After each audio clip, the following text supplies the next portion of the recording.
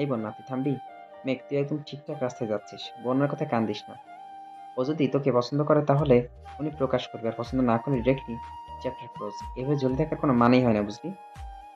সাদিয়াও সঙ্গে তাল দিল। সত্যি তো মেঘ উনাকে এত পছন্দ করে, উনি কি এসব বুঝে না, নাকি বুঝেও না বুঝার ভান নেই? সবটা ক্লিয়ার করা প্রয়োজন। ওনার মনে কি চলে তা জানলে মেঘ সঠিক সিদ্ধান্ত নিতে পারবে। বন্যা ভরা গলায় বলল। তোরা বোঝার চেষ্টা কর, মেঘ তোদের মতো এত বুঝদার আর স্ট্রং না। উল্টো পাল্টা আচরণ করলে আবির ভাই মেঘকে মেরেই ফেলবে। মিনাজ রাগের স্বরে বলল। কোন অধিকারে মারবে? কার এত সাহস যে মেঘের গায়ে হাত তুলবে? মেঘ তো কিছু বললে তুই শুধু আমায় বলবি, বুঝলি? বন্যা উপহাসের স্বরে বলল। তোকে দাপট দেখাতে আগেই নিষেধ করছিলাম। তুই আবির ভাইয়ের সম্পর্কে জানিস না, তাই দয়া করে চুপ থাক। মেঘ, তুই তো ওনাকে চিনিস। প্লিজ আমার কথা মান, ওদের কথা মতো এমন কাজ করিস না, প্লিজ। মেঘ নিরুপায় হয়ে সবার দিকে তাকালো। একদিকে বন্যা বারণ করেছে, অন্যদিকে বাকি সবাই বলেছে মেঘ যা করছে একদমই ঠিক করছে। অন্যদিকে আবির ভাই রাগে বাসা ছেড়ে চলে গেছেন। মেঘ এখন কি করবে? মিনহাজ ফটাফট বলা শুরু করলো। দেখ মেঘ, উনি তোর আচরণের রেগে বাসা থেকে চলে গেছে মানে ওনার মনে কিছু একটা আছে। এখন সেটা আমাদের প্রকাশ করতে হবে। মাঝে কথা ছেড়ে দিলে তুই জীবনে তোর কাঙ্ক্ষিত কথা জানতে পারবি না। এখন তুই ভাব, বন্যার কথা মেনে এভাবে চলবি নাকি আমার কথা মেনে তোর আবির ভাইয়ের মনের কথা শুনবি? মেঘ বোকার মতো তাকিয়ে আছে। লিজা পুনরায় বলল। তো তোর প্রেম রোগের বছর হয়ে যাচ্ছে, আর কতদিন ওনার পিছু পিছু ঘুরবি বলতো? উনি ভালো না বাসলে ওনার চিন্তা মাথা থেকে ঝেড়ে ফেলে অন্য কারোর সাথে সম্পর্কে যাবি। প্রয়োজনে ছেলে আমরা ঠিক করে দিব, তবুও ওনার মোহে এভাবে পড়ে থাকিস না। প্রায় 1 ঘন্টা সবাই মিলে মেঘকে জ্ঞান দিয়েছে। বন্যা শুরু থেকে শেষ পর্যন্ত ডিরেক্ট না, মেঘ যাতে এমন কাজ কোনোভাবেই না করে। অথচ মেঘ বাকিদের কথা শুনে রাজি হয়ে গেছে। তোর মনে কি চলছে বলতো? মিনাজ উল্টো প্রশ্ন করলো। মিনাজ কেন? তুই মেঘকে উস্কাচ্ছিস যাতে আবির ভাইয়ের মনে ভাব জানতে পারে। কাহিনী কি? গলা খাকারি দিয়ে বলল। আমি মেয়েকে পছন্দ করি, ওর প্রতি বোধহয় অনুভূতি আছে, কিন্তু ওর মনে আমার জন্য বিন্দুমাত্র কোনো কিছুই নেই। ওর মস্তিষ্কে আবির ভাইয়া ছাড়া কিছুই নেই। এই অবস্থায় আমি যত চেষ্টা করি ওর মনের আমার জায়গা করতে পারবো না। দেখলি তো, আবির ভাই আমাকে ব্লক দিয়েছে, এই খুশিতে সেদিন সবাইকে চকলেট দিল। এমত অবস্থায় আমি কোনো কিছুই আশা করতে পারি না। তামিম বিস্ময় সমেত তাকিয়ে বলল। তাহলে তুই তোর অনুভূতি কোরবান করে মেঘকে আবির ভাইয়ের সঙ্গে মিলিয়ে দিতে চাচ্ছিস? মিনহাজ রাজবাড়ি কণ্ঠে পুনরায় বলল। হতে পারে, তাই আবার উল্টোটাও হতে পারে। যেমন? মিনহাজ লম্বা করে শ্বাস টেনে বলল শুরু করলো। দেখ মেঘ, প্রায় 9 মাস যাবৎ আবির ভাইয়াকে পছন্দ করে। আমার সাথে ওর বন্ধুত্ব প্রায় 4-5 মাসের। তার মানে আমার সাথে পরিচয় আরো 4-5 মাস আগে থেকে মেঘ ওকে পছন্দ করে। মেঘ যথেষ্ট কিউট আর লক্ষ্যে একটা মেয়ে, যে কেউ এক দেখায় ওর প্রেমে পড়বে। সেখানে উনি তো এক বাড়িতে থাকেন। এই 9 মাসে কি ওনার মেঘকে খেয়াল করেনি? অবশ্যই করেছেন, এবং মেঘের অনুভূতি বুঝছেন, তবে প্রকাশ করছেন না কেন? হতে পারে ওনার জীবনে অন্য কেউ আছে, উনি তার সাথে কমিটমেন্ট। আবার মেঘের প্রতিও ওনার সফট কর্নার আছে। এই জন্য আমি মেঘের মাধ্যমে আবির ভাইকে উস্কাচ্ছি। এই সুযোগটা মেঘের সাথে আমার রেগুলার কথা হচ্ছে এবং সম্পর্ক গাঢ় হচ্ছে। বাই চান্স আবির ভাই রেগে মেঘের উপর রিয়াক্ট করলে বুঝবি আমাকে বলতে আসবে, তখনই আমাকে বুঝিয়ে আমার দিকে আকৃষ্ট করবো। তামিম শুকনো ঢোক গিলে বলল। ভাবতেই অবাক লাগছে, তুই আমার বন্ধু, এত চিকন বুদ্ধি নিয়ে ঘুমাস কিভাবে? মিনাজ খিলখিল করে হেসে উঠল। হাসতে হাসতে বলল। তুই বলেছিলি ওনার ইচ্ছাকৃত ওনার অবস্থান বুঝতে আমার মেঘের বার্থডেতে ডেকেছিল। আমি আবির ভাই প্ল্যান করতে করতে আমি কেন পারবো না? আর যদি আবির ভাই মেঘকে ভালোবাসি বলে দেন, তখন কি করবি? তখন মেঘের চিন্তা মাথা থেকে ঝেড়ে ফেলবো। তো বিষয়টির সমাধান হওয়া দরকার। সপ্তাহ কেটে যাচ্ছে, অথচ মেঘের ব্যবহার অপরিচিত। আবিরকে এড়িয়ে চলা, আবিরকে দেখে দেখে ফোনে কথা বলা, ইচ্ছাকৃত খোঁজানো, সবই চালাচ্ছে। আবির একবার মেঘের সঙ্গে কথা বলতে চেয়েছে, কিন্তু মেঘের ব্যস্ততা আর পাত্তা না দেওয়ায় আবির আর কিছু বলেনি। মেঘের মতোই ছেড়ে দিয়েছে। তানভীর আজ এমপির সাথে একটা প্রোগ্রামে ব্যস্ত। সকালে না খেয়ে বেরিয়েছিল। আবির দুপুর পর্যন্ত আব্বুর অফিসে কাজ শেষ করে বিকেলে নিজের অফিসে আসছে। গুরুত্বপূর্ণ একটা মিটিং আসছে। গুরুত্বপূর্ণ একটা মিটিং আছে। সকালে থাকতে পারবে না বলে মিটিং বিকালে রেখেছিল। ইদানিং মেঘের উড়নচণ্ডী চাল চলাচলে আবিরের মনের সাথে সাথে কাজেরও তার প্রভাব পড়ছে। মিটিংয়ে গত সপ্তাহে হওয়ার কথা ছিল, আবির সেটা পেছাতে পেছাতে আজ পর্যন্ত টেনে এনেছে। আব্বু চাচুর সামনে স্ট্রংভাবে কাজ করলো, নিজের অফিসে সেই সম্পূর্ণ ভেঙে পড়ে। আজ নিজেকে শক্ত রাখতেই ফোন বন্ধ করে ডয়ারে রেখে দিয়েছে। নিজের রুম ছেড়ে ল্যাপটপ নিয়ে রাকিবের রুমে কাজ করছে। রাসেল দুপুর পর্যন্ত অফিস করেছে। আজ তার গার্লফ্রেন্ডের জন্মদিন, তাই দুপুরের দিকে চলে গেছে। প্রায় 2 ঘন্টা আবিদের মিটিং চলো। মিটিং শেষে রাকিব বের হতে হতেই পকেট থেকে ফোন বের করতে দেখলো রাসেল 10 বার কল দিয়েছে। রাকিব কল ব্যাক করতেই রাসেল আতঙ্কিত কণ্ঠে বলল, ওই আবির কই? আবিরকে তাড়াতাড়ি নেটে আসতে বল। কেন, কি হয়েছে? তুই আবিরকে বল। বলে রাসেল কল কেটে দিয়েছে। রাকিব আবিরকে বলা মাত্রই আবির রুমে গিয়ে ফোন খুলে নেটে ঢুকতে রাসেলের মেসেজ আসছে, সাথে ছবিও। ছবিতে চাপ দিতেই দেখলো মিনহাজ বেশ কয়েকটা লাল গোলাপ হাতে হাত ডুগরে বসে মেঘের সামনে ফুল ধরে রেখেছে। মেঘ ফুলগুলোর দিকে তাকিয়ে আছে। বন্যা, মিষ্টি, সাদিয়া, লিজা, তামিম সবাই পাশে দাঁড়ানো। ছবিটা দেখা মাত্রই আবির ধপ করে চেয়ারে বসে পড়েছে। রাকিব ক্লায়েন্টদের সাথে কথা বলাই ব্যস্ত। আবির কয়েক মুহূর্তের মধ্যেই বাইকের চাবি নিয়ে বেরিয়ে যাচ্ছে। রাকিব পেছন থেকে ডেকে বলল, কোথায় যাচ্ছিস? আবির উত্তর না দিয়ে বেরিয়ে গেছে। রাসেলকে কল দিয়ে জায়গাটা জেনে দ্রুত পৌঁছালো সেখানে। মেঘেদের কাছাকাছি গিয়ে বাইকে ব্রেক কষল। মেঘেরা সবাই গোল মিটিং করে বসে চা খাচ্ছিল। মিনাজের হাতে এখনো একগুচ্ছ লাল গোলাপ। রাসেল আর তার গার্লফ্রেন্ড কিছুটা দূরেই বসা ছিল। আবির মেঘেদের কাছে আসতেই সবাই মাথা উঁচু করে তাকালো। চায়ের কাপ সাইডে রেখে সবাই একসঙ্গে দাঁড়ালো। মেঘ আবিরের শ্যামবর্ণের চেয়ারে পানে চেয়ে আছে। সহসা হৃৎপিণ্ডের ধুকপুকানি বেড়ে গেছে। মনের সাথে ভেতরে খুচখুচ লেগে আছে। আবির চোখ বুজে দীর্ঘশ্বাস ছেড়ে 2 কদম এগিয়ে মেঘের ঠিক সামনে গিয়ে দাঁড়ালো। মেঘ কিয়ৎক্ষণ আহমকের মতো চেয়ে রইল, কিছুই বলল না। আবির প্রখর নেত্রে মেঘের চোখের দিকে তাকিয়ে বাজখাই কণ্ঠে প্রশ্ন করল, এখানে কেন আসছিস? মেঘের অনিচ্ছা সত্ত্বেও ঠোঁটে মিষ্টি হাসি রেখে স্বাভাবিক কণ্ঠে বলল, আড্ডা দিতে। আবির পুনরায় প্রশ্ন করল, শুধুই আড্ডা দিতে? মেঘের কণ্ঠস্বরে নিরুত্তাপ ভাব দেখে আবিরের মেজাজ চরম লেভেলে খারাপ হচ্ছে। বারবার চোখে সেই ছবিটা ভাসছে। আবির রাগান্বিত কণ্ঠে বলল, সত্যি কথা বল মেঘ। মেঘ নিরুত্তাপ। মিনহাজ স্বাভাবিক কণ্ঠে বলল, ভাই, মেঘ কিছু বলবেন না? আবির ঘাড় ফিরে রক্তাভ চোখে তাকালো মিনহাজের দিকে। কণ্ঠে অগ্নি ঢেলে হুঙ্কার দিয়ে উঠল, স্টপ ইয়োর মাউথ। আমি তোমার সঙ্গে কথা বলতে এখানে আসিনি। আজ আমার আর মেঘের মাঝে কেউ একটা টু শব্দ করলে তার লাশ পড়বে এখানে। আবিরের লাল চোখ জোড়া দেখে মিনহাজ দৃষ্টি নামিয়ে নিল। বন্যা সহ সবাই মাটির দিকে তাকিয়ে আছে। আবিরের হুঙ্কারে সবাই ভয় কাঁপছে। ওদের অবস্থা দেখে আবির নিজেকে শান্ত করার ব্যর্থ চেষ্টা করলো, কিন্তু ভেতরে ক্রোধের কাছে হার মানতে বাধ্য হলো। আবিরের এমন কাণ্ডে মেঘ অবাক চোখে তাকিয়ে আছে। ধীর ধীর করে কাঁপছে ঠোঁট। বুকের ভেতর হৃৎপিণ্ডটা দিক ছুটছে। ভয়ে ঢোক গেল। আবির মেঘের চোখে চোখ রেখে কণ্ঠ 4 গুণ ভারী করে শুধালো, তুই ওই ছেলেকে পছন্দ করিস, হ্যাঁ কি না? মেঘ নীরের দৃষ্টিতে আবিরের দিকে তাকিয়ে আছে। বারবার ঢোক গিলছে, কিছু বলতে পারছে না। মেঘ সহসা তাকালো ওদের দিকে। মিষ্টিরা চোখে ইশারা দিয়ে হ্যাঁ বলতে বলল। আবির ভাইয়ের মনের কথা জানার এর চেয়ে উত্তম উপায় আনি। মেঘের শ্বাস আটকে যাচ্ছে, কণ্ঠনালীতে তুফান চলছে। কি করে বলবে এত বড় মিথ্যাটা? আবির মেঘের বাহুতে চেপে ধরে বাজখাই কণ্ঠে চিৎকার করলো, তাকাই দিকে। মেঘের দেহ আবারও কম্পিত হলো। সঙ্গে সঙ্গে তাকালো আবিরের চোখের দিকে। রক্তাভ 2 চোখ থেকে যেন আগুন বের হচ্ছে। সেই আগুনে মেঘের হৃদয় পুরো ছারখার হয়ে যাচ্ছে। মিনহাজদের শেখানো প্রতিটা কথা মেঘের মাথায় ঘুরছে।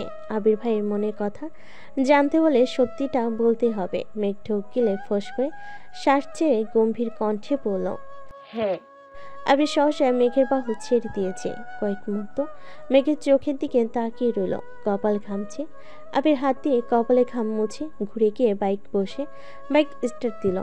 রাসেল আবিরকে থামানোর অনেক চেষ্টা করেছে, কিন্তু আবির বাইক থামানোর অবস্থায় নেই। আবির চলে গেছে। মেঘ অকস্মাৎ মাথা ঘুরে পড়তে নিলে বন্যা তাতেই মেঘকে জড়িয়ে ধরে। আবির সামনে মেঘ যতই শক্ত কণ্ঠে কথা বলুক না কেন, ভেতরের কম্পনের কাছে সব হার মানতে বাধ্য। মেঘ অজ্ঞান হয়ে বন্যার করে শুয়ে আছে। মিষ্টিরা পানি এনে মেঘের চোখে মুখে পানি ছিটাচ্ছে। এর মধ্যে রাকিবও আসছে।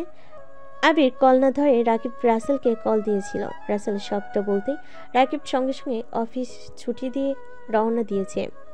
তানভীরকেও সব জানিয়েছে। রাকিব বাইক থামিয়ে আতঙ্কিত কণ্ঠে শুধালো, আবির কোথায়? আবির চলে গিয়েছে। কোথায় জানি না। রাকিব উদ্বিগ্ন কণ্ঠে চেঁচিয়ে উঠল, তুই ওকে আটকাতে পারলি না? ও কি আমার কথা শোনার মানুষ? চেষ্টা তো করেছি। ওদের কথোপকথনের মধ্যেই তানভীর বাইক থেকে নেমে রাগান্বিত কণ্ঠে বলল, ভাইয়া কোথায়? রাকিব মৃদু স্বরে বলল, ও বাইক নিয়ে চলে গেছে। তানভীর আগপাস না ভেবে মিনহাজকে এলোপাথারি মারতে শুরু করলো। তামিম বাঁচাতে আসলে তামিমের গায়েও বেশ কিছু মাইর পড়েছে। রাকিব রাসেল তাদের গিয়ে তানভীরকে টেনে হিসে সরিয়ে আনলো। দুজনে মিলেও তানভীরকে আটকে রাখতে পারছে না। মায়ের চোটে মিনহাজের হাতের ফুলগুলো মাটিতে পড়ে গেছে। মিনহাজের নাক দিয়ে রক্ত বের হচ্ছে। রাকিব আর রাসেল তানভীরকে শান্ত করে গম্ভীর কণ্ঠে বলল, তুই মেঘাকে নিয়ে বাসায় যা। তানভীর মেঘকে ধমক দিতে গেলে রাকিব সঙ্গে সঙ্গেই ভারী কণ্ঠে বলল, তানভীর, মেঘকে কিছু বলবি না, চুপচাপ বাসায় নিয়ে যা। তানভীর দীর্ঘশ্বাস ছেড়ে বন্যার দিকে এক পলক তাকালো। রাগ আর ক্রোধ যেন বেরিয়ে আসতে চাইছে। ঘুরে যেতে নিলে ফুলগুলোর দিকে তানভীরের নজর পড়ে। সঙ্গে সঙ্গে পায়ের জুতা দিয়ে টকটকে লাল গোলাপগুলো পিষে ফেলেছে। মিষ্টিরা চোখ নামিয়ে সেই দৃশ্য দেখল। কেউ চোখ তুলে তানভীরের মুখের দিকে তাকাতে পারছে না কেউ। তানভীর বাইকের কাছে যেতে যেতে মিনহাজদের দিকে তাকিয়ে রাগান্বিত কণ্ঠে হুঙ্কার দিয়ে বলল, আমি এখন চলে যাচ্ছি ঠিকই, কিন্তু আমার ভাইয়ের কিছু হলে তোদের খবর আসে বলে দিলাম। তানভীর বাইক স্টার্ট দিয়ে মেঘকে উদ্দেশ্য করে ভারী কণ্ঠে বলল, ওঠ। রাকিব আবারও বলল, মেঘাকে চুপচাপ বাসায় নামাইয়া দিবি, রাগ দেখাবি না বললাম। তানভীর মিনহাজদের দিকে একবার তাকালো। গম্ভীর কণ্ঠে রাকিবের উপর চেঁচিয়ে উঠল, আমার ভাইকে তাড়াতাড়ি খোঁজ বের করো, না হয় লাশ গুম করার ব্যবস্থা করো, আমি আসছি। আবিরকে রাকিব আর রাসেল মিলে কলের পর কল দিচ্ছে, কিন্তু আবির একবারের জন্য কল ধরছে না। প্রথম দিকে আবির ফোনে কল ঢুকলো, কিছুক্ষণ পরেই আবির ফোন বন্ধ করে ফেলেছে। মিষ্টি, সাদিয়া আর লিজা একে অপরের দিকে অসহায়ের মতো তাকিয়ে আছে। বন্যা বিড়বিড় করে বলল, তোদের সাবধান করছিলাম, একবারের জন্য কথা শুনলি না। ওরা একসঙ্গে বলল। রাকিব মিনহাজ আর তামিমের দিকে তাকিয়ে দেখছে না। পাবলিক প্লেসে মারছিল বলে বাধ্য হয়ে তানভীরকে তখন আটকিয়েছিল রাকিব। না হয় তানভীরের সাথে সাথে রাকিবও দুটাকে পিটাইতো। ওদের প্রতি প্রায় 5 মাসে ক্ষোভ জন্মে আছে রাকিবের মনে। রাকিবের কলিজার বন্ধু আবির। আবিরের সব কিছুতে রাকিব যেমন সবার আগে এগিয়ে আসে, তেমনি আবিরও তাই। ছোটবেলা থেকেই ওদের ফ্রেন্ডশিপ অনেক স্ট্রং। সচরাচর দেখা যায় এমন বন্ধু ঝগড়া লাগলে আরেক বন্ধুকে থামে, অথচ এদের মধ্যে এমন সম্পর্ক যে একজন ঝগড়া লাগলে আরেকজন সঙ্গ দেয়। দুজনে মিলে ওই ছেলেকে মারে। কলেজ জীবনে রাকিব টুকিটাকি রাজনীতি করত, কিন্তু আবিবের সেসবে কোনো ইন্টারেস্ট ছিল না। তবে রাকিবের সাথে যে লাগতে আসতো, দুই বন্ধু মিলে ওটার অবস্থা খারাপ করে ফেলত। পরবর্তীতে কলেজে পরীক্ষায় রাকিবের রেজাল্ট খারাপ হয়। আবির বুঝিয়ে শুনিয়ে রাকিবকে রাজনীতি থেকে সরিয়ে এনেছিল। এখনও কলেজের অনেক বন্ধুরা রাকিবকে লিডার বলে ডাকে। রাকিব আবিরকে কল দিয়েই যাচ্ছে। এই সুযোগে রাসেল চোখের ইশারায় মিনহাজ আর তামিমকে চলে যেতে বলল, কারণ তানভীর যদি বাইচান্স আবার এখানে আসে আর মিনহাজদের সামনে পায়, তাহলে এবার আর ওদের বাঁচানো যাবে না। তামিম মিনহাজকে নিয়ে চলে গেছে। রাকিব কিছুক্ষণ পর বিষয়টা খেয়াল করেছে, তবুও রাসেলকে কিছু বলেনি। রাকিবের সব টেনশন এখন আবিরকে নিয়ে। শহরের আশেপাশে যত বন্ধু আছে এক একে সবাইকে কল দিয়ে জানিয়েছে। যাদের বাইক আছে তারা বাইক নিয়ে বেরিয়ে পড়েছে। রাকিব এগিয়ে গিয়ে একটা রিক্সা ঠিক করে বন্যাকে বলল, তুমি বাসায় চলে যাও। বন্যা আচ্ছা বলে চলে গেছে। রাকিব বাকিদের উদ্দেশ্যে রেগে পড়ল। রাকিবের রাগী স্বর শুনে এরও মাথা নিচু করে চলে গেছে।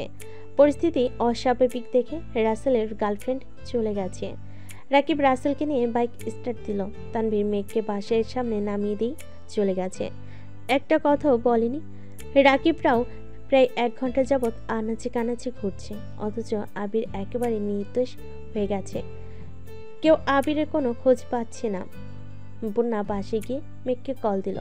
মেঘ রিসিভ করতে বলল, কিরে তুই ঠিক আছিস? মেঘ মৃদু স্বরে বলল, আমি ঠিক আছি, কিন্তু আবির ভাইয়ার কোনো খোঁজ পাচ্ছি না। তুই আবির ভাইয়াকে কল দে। আমার ভয় লাগতেছে। এখন ভয় লাগে কেন? এতদিন বারণ করার পরও তো একটু ভয় লাগলো না? আমি এখন কি করব? আবির ভাইকে কল দে, আর কিছু করতে হবে না। উনি কি কল ধরবেন? ধরবেন কি না সেটা দিলেই বুঝবি। তুই ওনাকে রাগাইছিস, তোকেই শান্ত করতে হবে। আমি পারবো না, ভয় লাগতেছে। আর একটা কথা বললে তোর খবর আছে, বলে দিলাম। মিনহাজ মিষ্টিদের কোথায়? লাফানের সময় ভয় ডর কোথায় ছিল তোর? আচ্ছা দিচ্ছি কল। বন্যার কল কেটে মেঘ আবিরের নাম্বারে কল করলো। ভয়ে বুক কাঁপছে অবিরাম। 5 মিনিট অপেক্ষার পর বুকের সাহস নিয়ে আবিরের নাম্বারে ডায়াল করলো। আবির ফোন বন্ধ পেয়ে আতঙ্কে আটকে উঠল মেঘ। বারবার কল দিতে লাগলো। ভয় আর দুশ্চিন্তা 3 গুণ বেড়ে গেছে। রাকিব, রাসেল, তানভীর, এদিকে মেঘ। সবার একাধারে কল দেওয়ার কারণে একবার নেটওয়ার্ক বিজি বলছে, আবার বন্ধ বলছে। মেঘ আজ পর্যন্ত যতবার আবিরকে কল দিয়েছি কোনো সময় ফোন বন্ধ পায়নি। আজই প্রথম আবির ফোন বন্ধ। মেঘ রাগের চোটে কান্না শুরু করে দিয়েছে। প্রায় 15 মিনিট একের পর এক কল করতে করতে অবশেষে একটু থামলো। ভয়ে কল করলো তানভীরকে। তানভীর কল রিসিভ করতে মেঘ উদ্বিগ্ন কণ্ঠে শুধালো, আবির ভাইয়ের কোনো খোঁজ পেয়েছো ভাইয়া? তানভীর ঢুকলে নিজেকে ধাতস্থ করে স্বাভাবিক কণ্ঠে বলল, না, বাসায় আপাতত কিছু বলিস না। আচ্ছা। তানভীর কল কেটে দিয়েছে। মেঘের টেনশনে হাত পা ঠান্ডা হয়ে আসছে। সন্ধ্যা হয়ে গেছে, অথচ আবিরের কোনো খবর নেই। আজ বাসায় তেমন মানুষও নেই। মিমের নানু খুব অসুস্থ, তাই মিমরা 2 দিন হলো ওদের নানু বাড়িতে গেছে। ইকবাল খান মিমদের নিয়ে গেছেন, এখনো বাসায় আসেননি। হালিমা খান আর মালিয়া খান বাসায় আছেন। আলী আহমেদ খান অফিসে। মোজাম্মেল খান আজ সকালেই রাজশাহী গেছেন। মেঘ উপরে শুয়ে ফোনে আবিরের ছবি দেখছে আর অঝরে কাঁদছে। মেঘের বর্তমান বয়সটাই দোষের। এই বয়সে এমন ঘটনা ঘটানো অস্বাভাবিক কিছু না। আবির ভাইয়ের প্রতি বেধক আবেগ, ভালোবাসি শোনার তীব্র আকাঙ্ক্ষা, যা বলছে সব শুনছে। নিজের করা ভুলের জন্য এখন খুব পস্তাচ্ছে। সন্ধ্যা পেরিয়ে রাত হতে চলো, কিন্তু আবিরের কোনো হদিস নেই। আলী আহমেদ খান 7টার দিকে বাসায় ফিরেছেন।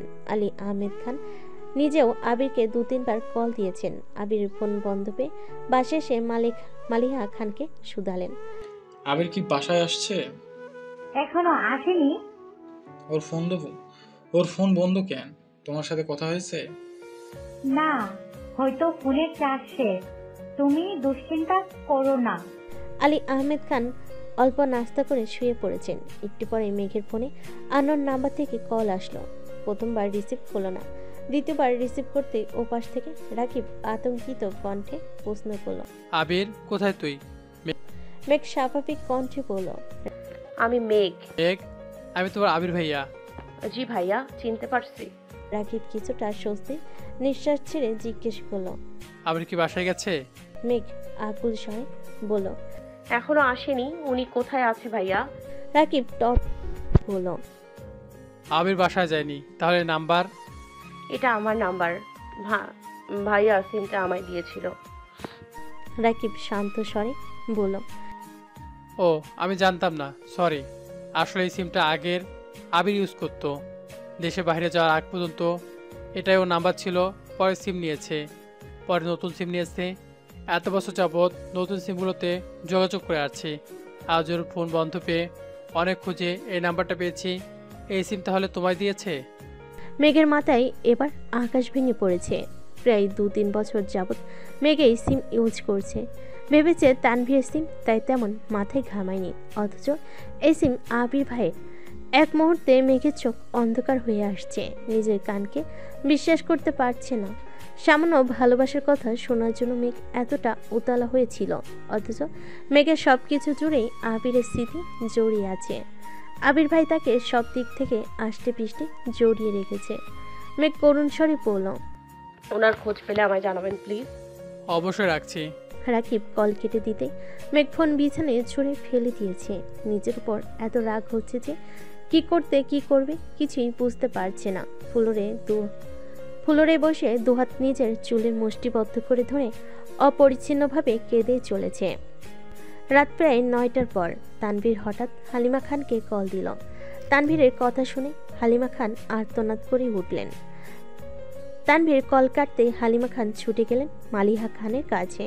মেঘকে অবিরত ডাকতে লাগলেন। মেঘ চোখ মুছে বেলকনিতে আসতে দেখলো বড়ব্বু বড়ম্মু বাসা থেকে বেরিয়ে যাচ্ছেন।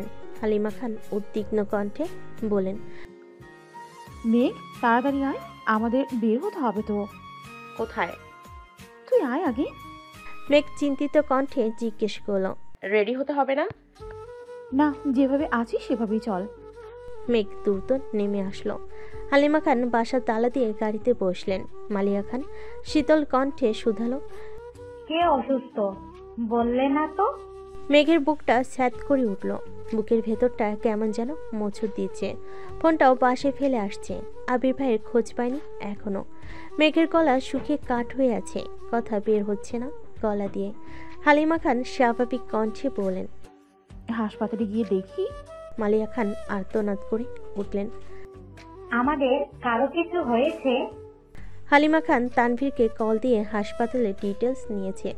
মালিয়া খানের কথার কোনো উত্তর দেয়নি। জ্যাম পেরিয়ে হাসপাতালে আসতে আসতেই 10টার উপরে বেজে গেছে। হাসপাতালের সামনে রাকিব দাঁড়ানো ছিল। সবাই নামতেই রাকিব রাস্তা দেখে ভিতর নিয়ে যাচ্ছে।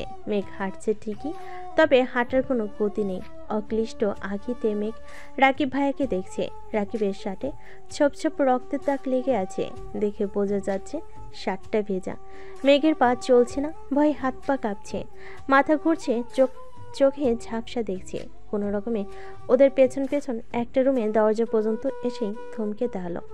প্রাইভেট ক্লিনিকের একটা ছিমছাম বেডের উপর বেহুশ অবস্থায় শুয়ে আছে আবির। মাথায় সাদা ব্যান্ডেজ, ডান হাতে ডান পায়ে ব্যান্ডেজ করা। আবিরকে এই অবস্থায় দেখে ছুটি গিয়ে মালিয়া খান আবিরকে ধরে বিলাপ শুরু করে দিয়েছেন। আলী আহমেদ খান করুণ দৃষ্টিতে ছেলেকে কিছুক্ষণ দেখে আশপাশে নজর দিলেন, তারপর ভারী কণ্ঠে রাকিবকে শুধালেন, কি হয়েছিল? বাইক অ্যাক্সিডেন্ট করেছে। আলী আহমেদ খান সঙ্গে সঙ্গে হুঙ্কার দিয়ে উঠলেন, বাইক কেনার সময়ই বলেছিলাম, একবারের জন্য আমার কথা মানলো না। আলী আহমেদ খান আবারও হুঙ্কার দিয়ে উঠল, তানভীর কোথায়? রাকিব আস্তে করে বলল, ইম্পর্টেন্ট কাজে গেছে, চলে আসবে। এর কি এমন ইম্পর্টেন্ট কাজ? রাকিব মাথা নিচু করে দাঁড়িয়ে আছে, কিছুই বলছে না। এদিকে মেঘ নিস্তব্ধ হয়ে দাঁড়িয়ে আছে, এক চুলও নড়ছে না। মেঘের অবিক্ষিপ্ত আখি যুগল আবিরের পরিশ্রান্ত চেহারায় আটকে আছে। হালিমা খান মালিয়া খান অঝরে কেঁদে চলেছেন, কিন্তু মেঘের চোখে এক ফোঁটা পানি নেই। পাথরের ন্যায় দাঁড়িয়ে আছে, নেই কোনো অনুভূতি। তানভীর হালিমা খানকে ফোন করে আগে সবটা জানিয়েছিল। হালিমা খানকে শক্ত করে মেঘসহ বড় আব্বু বড় আম্মুকে নিয়ে আসতে বলেছিল। তাই হালিমা খান বুকে পাথর চেপে স্বাভাবিক থাকার চেষ্টা করেছেন। আবিরের জ্ঞান ফিরছে না। ডাক্তার বলেছেন মাথায় চাপ খাওয়ার কয়েক ঘন্টা সময় লাগবে, আপাতত হাসপাতালে রাখতে বলেছেন। এর মধ্যে তানভীর আসছে। হালকা রঙের শার্টটা রক্তের দাগে কালো খয়েরি রং ধারণ করেছে। দু হাতে পায়েও রক্ত লেগে আছে। কিছু রক্তের দাগ শুকিয়ে গেছে, আর কিছু এখনো ভেজা।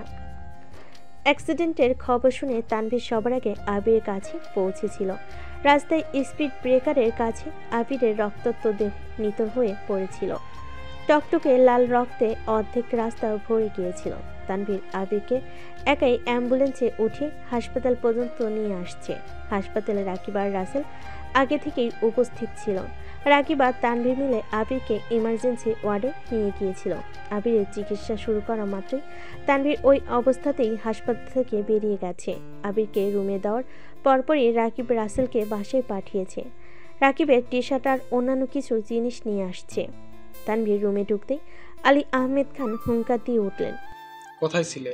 তানভীর শার্টের হাতা ফোল্ড গোট খুলতে খুলতে গম্ভীর স্বরে বলল, কাজ ছিল হয়তো। তোমার ভাইকে একা ফেলে যাওয়ার চেয়েও গুরুত্বপূর্ণ কাজ ছিল।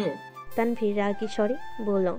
তো তানভীর হালিমা খানকে আগে বাসা থেকে অ্যাড্রেস আনতে বলেছিল। তানভীর ব্যাগ থেকে একটা টি শার্ট আর প্যান্ট বের করে ওয়াশরুমে চলে গেছে।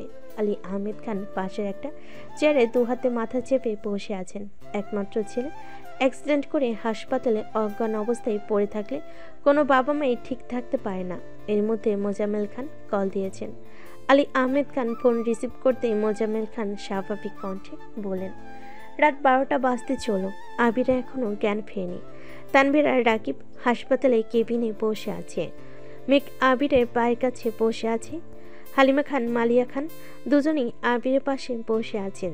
তানভীর রুমে এসে স্বাভাবিক কণ্ঠে বলল, ভাইজান কেমন আছো?